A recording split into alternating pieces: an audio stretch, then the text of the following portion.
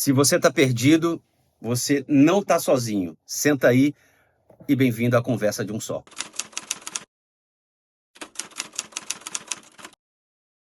Meu nome é Gleison Lage e a partir de agora eu vou usar esse canal aqui também para bater um papo comigo mesmo. E quem sabe essas ideias podem cruzar com você no meio do caminho, nessa série que eu vou chamar de Conversa de um Só. Por coincidência ou não, hoje eu vou colocar o assunto rádio aqui em pauta, mas talvez para frente eu fale de outros assuntos, coisas que estão aqui na minha cabeça que podem, de repente, não estar só aqui dentro da minha mente, né? Podem cruzar com outras ideias de outras pessoas que estão por aí. No dia 28 de abril de 2025, Portugal ficou às escuras. Não literalmente às escuras, porque o apagão, na verdade, aconteceu durante o dia. Foi um apagão longo, de quase 12 horas, pelo menos na região onde eu moro aqui. O apagão começou às 11h33, numa segunda-feira. Eu não estava em casa, cheguei no prédio, elevador sem luz. Eu achei que era só uma coisa do prédio, depois fui vendo que a coisa era maior, mas sem o entendimento do que estava acontecendo, porque estava todo mundo perdido. Esse apagão, depois a gente veio saber que ele foi causado pela Espanha. Portugal tem condição de gerar sua própria energia, mas compra a energia na Espanha por ser mais barato. Deu um problema lá, até onde se sabe, um evento raro aconteceu, acabou a luz na Espanha e também, em consequência, acabou aqui em Portugal e também, se não me engano, no sul da França. Mas até então a gente não sabia, eu não sabia nada, subi para casa aqui, eu estava chegando para trabalhar, eu trabalho online, né? A maioria das coisas que eu produzo são para os Estados Unidos, então, na hora que acabou a luz, eu vi que o celular estava ali ainda com um pouco de internet, estava indo e voltando, mas já mandei uma mensagem para a empresa e falei que estava sem luz, que eu não sabia o que estava acontecendo, que podia voltar, mas podia demorar. E eu fui vendo que as pessoas estavam ficando meio alarmadas, assim, né? Já fui lá embaixo tentar sacar dinheiro, não deu, o caixa já não estava funcionando, os supermercados fechando, os grandes, os pequenos, que a gente chama aqui de frutaria, as pessoas já comprando água, fila, eu já tentando me acalmar ali, vi que as pessoas estavam meio nervosas e tal, eu não fiquei muito preocupado, na verdade é que eu não fiquei tão preocupado. Mandei uma mensagem, porque começou a ter um assunto, assim, quando a internet estava funcionando, cyberataque, né? Será que é cyberataque e tal? Mandei uma mensagem para um amigo que mora na Alemanha, ele falou, não, aqui tá tudo rolando normal, tudo funcionando, ninguém tá falando disso e tal. E fui vendo ali que havia uma dúvida, não tinha ainda uma certeza. Só que essa internet foi acabando, né? Tava ali no 5G, caiu pro 4G, depois pro 3G, pro Edge, e obviamente as baterias também iam acabar, porque já tinha, sei lá, nessa hora, 1 hora que a luz tinha acabado, e só dúvida, né? Eu moro no 11º andar de um prédio, descia, já tinha gente nas portas, assim, e aí, sabe o que aconteceu? Então, você via que havia uma preocupação no ar, até com essa coisa de comprar coisa para estocar que estava acontecendo aqui, né? Mas eu estava relativamente tranquilo. E como eu fiquei mais tranquilo? Quem me salvou nessa hora, nessa apreensão? Esse cara aqui, ó. Não necessariamente esse rádio, mas foi um rádio como esse aqui estava sem pilha, né? Ou seja, sem utilidade nenhuma, mas agora ele já tá com a pilhazinha dele aqui. Mas o que me salvou foi o rádio. Eu me lembrei, falei, pô, vou no carro ali, eu vi o que tá acontecendo. As rádios portuguesas entraram em rede, algumas saíram do ar, as rádios menores saíram do ar, mas algumas entraram em rede porque acabou a luz em Portugal continental, mas nos Açores, na Madeira, tinha luz. Então, as redes como Antena 1, Observador, que foi uma rádio que me informou bastante, durante o apagão ali, elas estavam no ar e noticiando. Algumas rádios estavam entretendo, fazendo o papel delas, porque tinha muita gente no trânsito, num caos absurdo, porque os sinais não estavam funcionando, muita dúvida do que estava acontecendo. Então essas rádios tiveram um papel, assim, único, primordial, essencial, em informar a população, pelo menos que se ligou que podia ouvir o rádio, porque muita gente estava em casa e talvez não tinha um rádio para ouvir.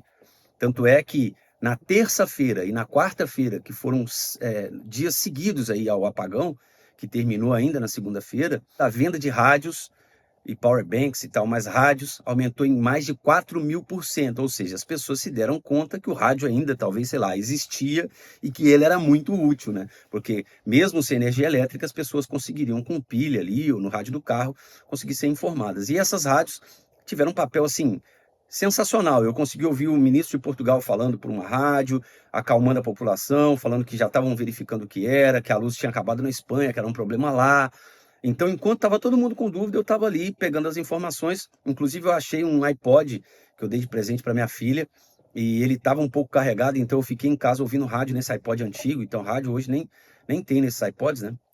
Mas eu fiquei ouvindo rádio por esse iPod, e consegui me informar bastante. Mas eu queria chegar num ponto aqui da conversa, que é, por que o rádio, que é um veículo tão importante, que em tese é barato de se fazer comparado com outras mídias, não tem a mesma importância para as pessoas, assim, ou por parte delas, né? Não é legal mais você falar que trabalhava em rádio. Quando eu comecei, todo mundo, uau, hoje em dia rádio ainda existe. É quase um papo meio assim. E eu tenho aqui as minhas opiniões, as minhas impressões a respeito desse desuso do rádio. Eu gostaria de compartilhar aqui nessa conversa de um só que você acha que está aí ouvindo também, né? Um motivo do rádio para mim ter entrado nesse lugar. O rádio passa por uma crise na indústria. De alguma forma, a indústria tem passado mal com o rádio, né? Por mais que os números sejam muito bons, números são números de avanço no mundo todo, o rádio tem se provado muito importante, não ouvindo no rádio, a pilha, né, como eu precisei fazer nesse dia, mas ele estando em outras mídias, ele estando em portais e tal, tem grupos fortíssimos aí, como a Global, na Inglaterra e tal, que tem rádios de vários assuntos diferentes, vários formatos diferentes, e é uma mídia que só existe porque dá dinheiro, né? Porque senão ninguém ia fazer porque o rádio é legal. É porque conseguem fazer dinheiro com aquilo ainda. O meu ponto de exploração, pelo menos no rádio brasileiro, que é onde eu entendo mais, o rádio aqui em Portugal ainda me parece ser mais ouvido do que no Brasil. De alguma forma, é só uma impressão não ter esse dado. Mas qual que é a impressão que eu tenho? O rádio, pelo menos no Brasil, ele é feito com pouco estudo. Não existe assim uma literatura do rádio onde você consiga realmente ver casos, até na própria faculdade. O que é discutido na faculdade é o rádio de 1950, 60, e não como o rádio pode ser mais relevante hoje, mais presente, mais ativo e tal. Então, é muito feeling. Eu vejo muitos radialistas, às vezes diretores de rádio, pessoas que têm posições super estratégicas, falando de feeling. Eu acho que essa música vai, a minha experiência diz que essa música vai. E a gente é contrariado o tempo todo. Várias músicas aqui, eu consumo música pra caramba, acho que a música vai, a música não dá em nada, e músicas que às vezes eu acho que não vai dar em nada, a música explode, vira um sucesso absurdo. Nem o próprio artista sabe quando ele está lançando, às vezes tem um pressentimento, né? Acha que vai acontecer. A gente vê casos, sei lá, o Skank, quando lançou o Samba Poconé, os caras tinham certeza que aquilo ia dar certo. O Dudu Marotti já falou disso e tal. Mas isso é raro. Muitos artistas, às vezes, lançam músicas que eles não sabem o que vai dar aquilo, né? A obra, quando sai da pessoa, ela tem um comportamento próprio, né? Então, eu acho que muitas vezes o rádio brasileiro ele cai nesse erro, né? De se ter pouco estudo, pouca pesquisa. A pesquisa interna a respeito do comportamento do público é quase inexistente, pouquíssimas rádios têm. Então, já é um problema aí desse negócio do feeling. Às vezes, o rádio jovem, que tem esse nome no Brasil, que seria o CHR, o Top 40 no Brasil, que é um problemático total, porque é um rádio que é um modelo de rádio, um formato de rádio que precisa de muita pesquisa, porque o comportamento do jovem muda muito e muda muito rápido. As gerações elas vão mudando muito, então é muito difícil você conseguir acompanhar isso sem uma pesquisa, falando, tendo como base o seu filho, né? O meu filho gosta disso. É muito pouco, né? Então, é uma amostragem muito baixa. Eu já ouvi esse papo, né? Eu estou falando isso não à toa, porque eu já ouvi diretor falar isso. O meu filho gosta, meu filho não gosta. É um indicativo, mas não é uma lei.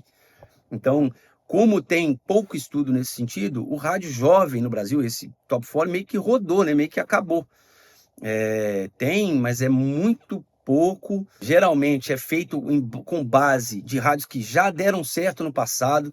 Então tem algumas músicas assim, ou alguns artistas que tocam em rádios que são jovens no Brasil, que só tocam no Brasil, assim, sei lá, músicas de 2007, 2008, 2009, que são muito utilizadas, porque aquelas músicas já foram testadas pelo público.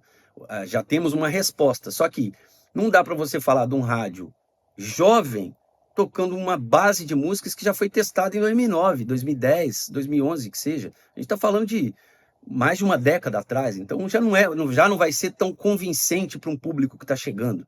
Uma galera de 10 anos, 11, 12, que tá ali consumindo um monte de coisa na internet e não vai para o rádio. Aí, muitas vezes, o culpado disso, para muitas pessoas, é o próprio jovem. O jovem não gosta do rádio. Será que o jovem que não gosta do rádio, ou não tem nada para o jovem gostar no rádio? Será que tem alguma coisa para o jovem mesmo gostar no rádio? E além do mais, a gente tem problemas hoje até da própria pesquisa, né? Ao que tudo indica, as rádios hoje elas têm que se envelhecer para ela performar. E isso é um buraco sem fundo, porque quanto mais você envelhecer para performar, isso vai ter um problema num futuro próximo. Porque se você não renova a sua audiência, como você vai conseguir cultivar novos ouvintes, falando de uma maneira global para o país gigantesco que é o Brasil. Então, tem problemas nesse sentido. Eu acho que o rádio falta estudo mesmo, falta literatura. As discussões que a gente tem no rádio brasileiro, geralmente, assim, as que eu vejo acontecendo, geralmente é do rádio antigo, as mesmas pessoas que eu ouvia falar lá na década de 90. Ah, aquela rádio, você lembra? Nada é para o futuro, nada é para agora, não tem nada bom acontecendo aparentemente, sabe? Então, isso me amedronta. Me amedronta e, na verdade, também me dá uma certeza de que o problema não está no veículo, está, às vezes, em quem está fazendo o veículo, a maneira como quem faz se comporta dentro do veículo. Será que as pessoas que estão à frente de determinadas rádios, elas têm um potencial para um médio, longo prazo de convencimento, de marca, de trazer gente nova, de fazer um negócio novo? Ou será que ela vai ter como meio de entrar para essas rádios grandes que convencem, que levam esses profissionais, o histórico só?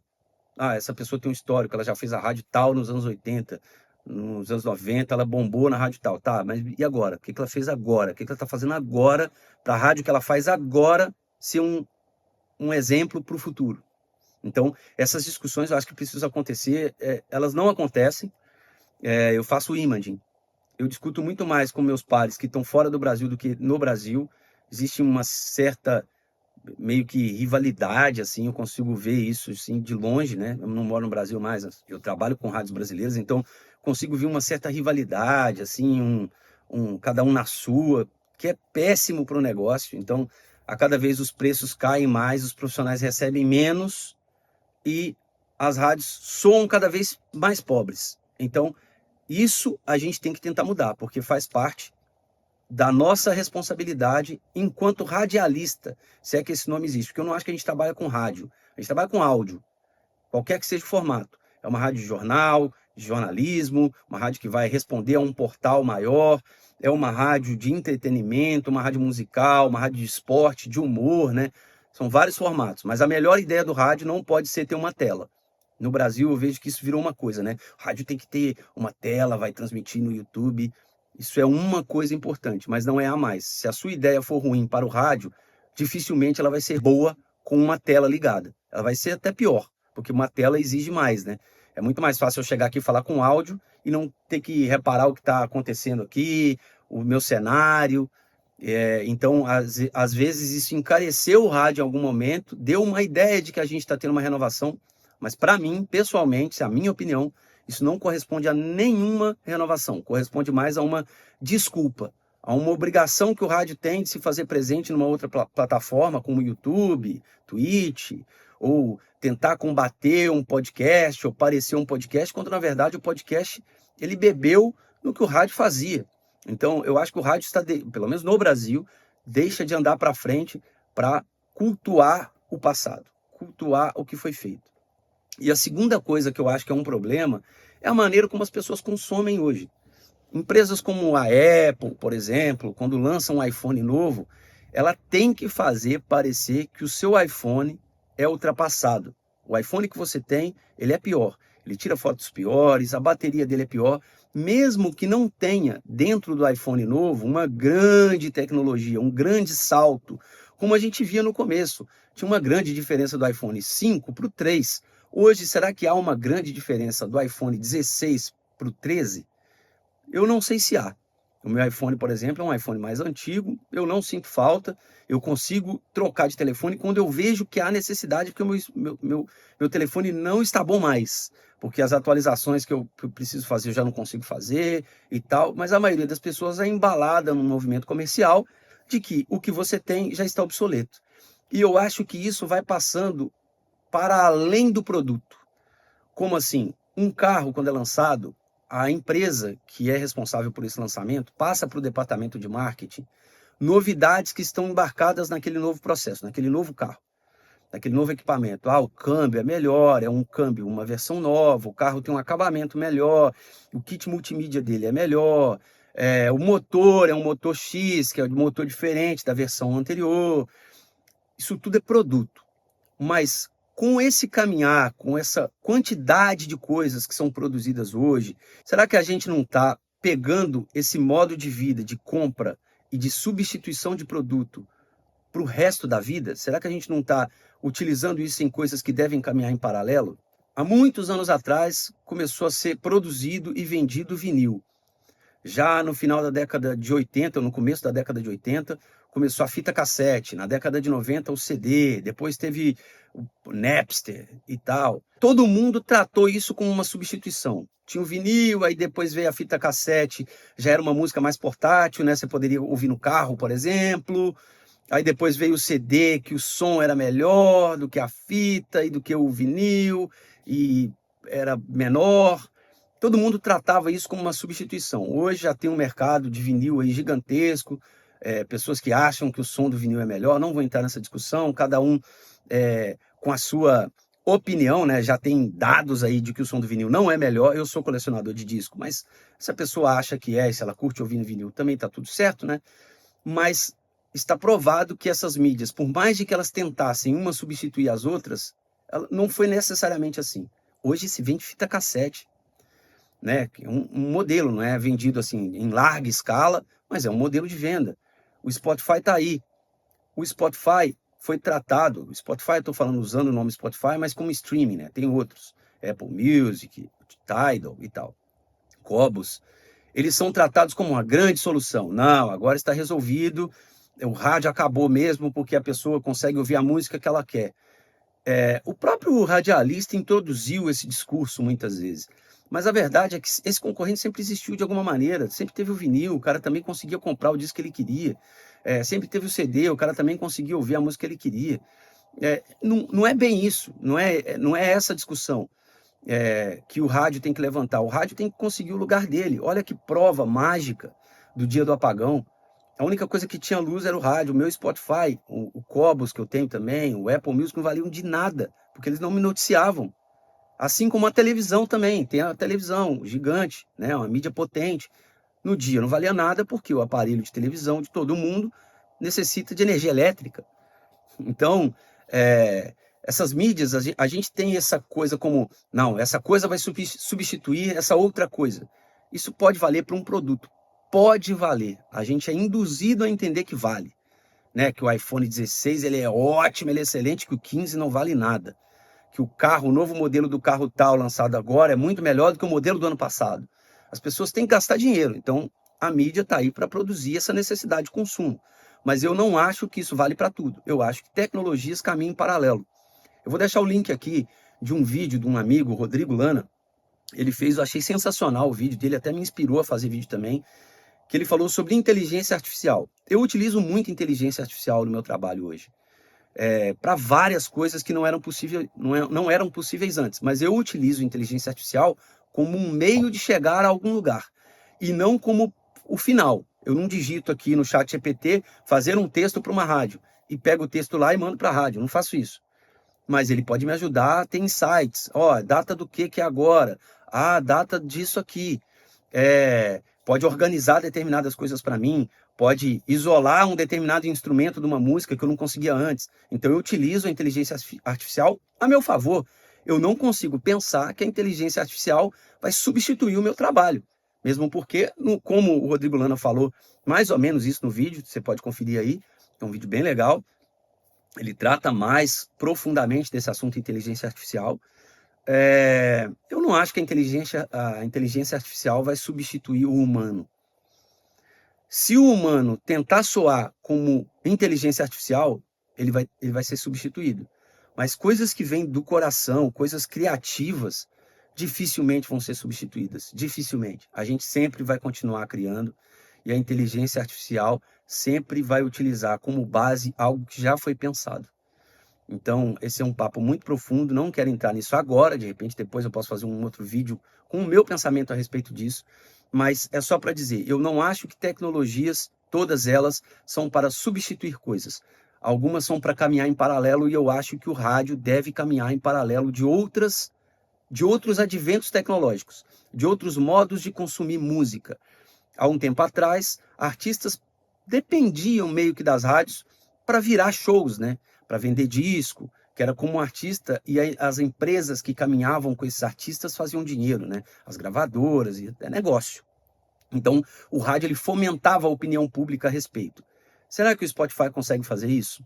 Eu tenho severas dúvidas. Eu acho que um artista que tem muitos plays no Spotify, não necessariamente ele enche um estádio.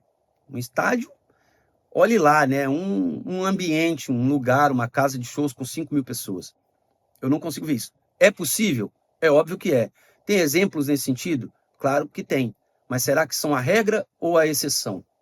Então eu acho que o rádio ele deve ser tratado como uma mídia paralela, que tem a sua própria maneira de ser, o seu próprio comportamento, que vai funcionar bem em determinados lugares e não em outros, e vai ser coberto por outros adventos tecnológicos em outros ambientes. E eu acho que, de alguma maneira, o radialista, de modo geral, não gosto de usar esse termo radialista que diminui muito. As pessoas que trabalham no rádio, elas meio que encararam esse discurso como uma coisa. E aí deixou ainda mais na mão das pessoas que fazem rádio um nível de contratação ruim, um investimento baixo, paga-se muito mal, concentra-se pessoas ali que geralmente estão em transição, pessoas que ainda sabem fazer muito pouco, elas passam pelo rádio, aprendem a fazer e vão ganhar bem em outros lugares. E a gente só vai conseguir mudar isso com pensamento, com discussão a respeito, com estresse em temas que são sensíveis hoje para esse veículo, que eu faço desde muito tempo e, sinceramente, não sei se vou ter energia e, como é que eu vou dizer, vazão criativa para continuar fazendo. Porque se for para fazer como a inteligência artificial, cada vez mais quadrado, com certeza eu serei substituído e você também. Essa foi, então, a conversa de um só de hoje. Trato aqui temas diversos que estão na minha mente. Não vou pedir para ninguém compartilhar ou curtir o vídeo. Não vou seguir esse flow youtuber, né, com edições rápidas e tal. Meu pensamento aqui é uma discussão mais profunda, uma conversa mais lenta mesmo, algo mais calmo, que é uma coisa que eu nem sou, então eu tenho que me segurar para falar devagar e tal. Eu peço só paciência, que é o bastante e já é o suficiente por enquanto. Demorou? Então, até o próximo desencontro. Valeu.